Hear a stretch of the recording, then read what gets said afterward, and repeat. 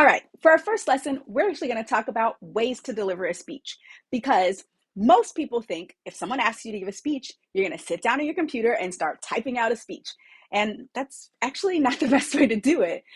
People think I'm crazy for saying that because speech writers all over the world, myself included, who get paid to deliver speeches or write speeches for other people, that's what we do. People sit down at their computers and start typing out speeches.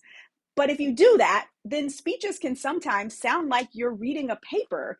And here's what we know about speeches. Speeches are meant to be spoken, not read, because public speaking is a speaking activity, not a writing activity. So the first type of speech delivery we are going to talk about is impromptu speaking.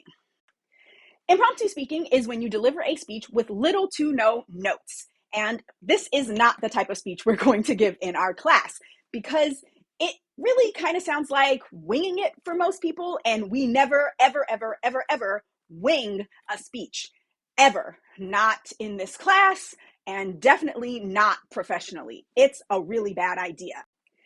If someone asks you to give a speech kind of last minute, usually they're like, hey, you're here. Can you just give a few words or say a few things about something?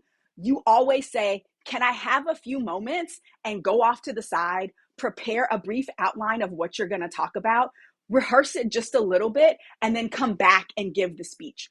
Do not ever wing a speech.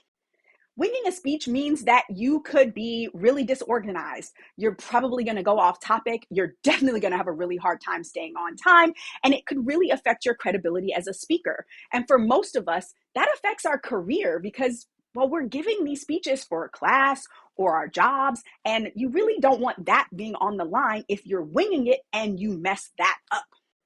Now, there are some real life impromptu speeches that we will have to give, and we'll talk about those later. Things like job interviews or first dates or when we meet our significant other's parents. But in most situations for impromptu speeches, you have some notice and you can kind of prepare for them. But in the real world, winging a speech, bad idea. We are not going to do that in this class or ever.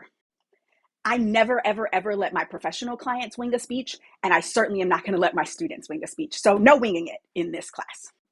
So impromptu speeches, out for delivery in this class, not the way we're going to do it.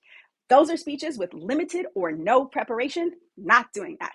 In this class, we are always going to prepare our speeches and make sure that we're ready for them so that we seem like credible speakers and we're ready to deliver and speak in front of our audience. That's really the best way to go.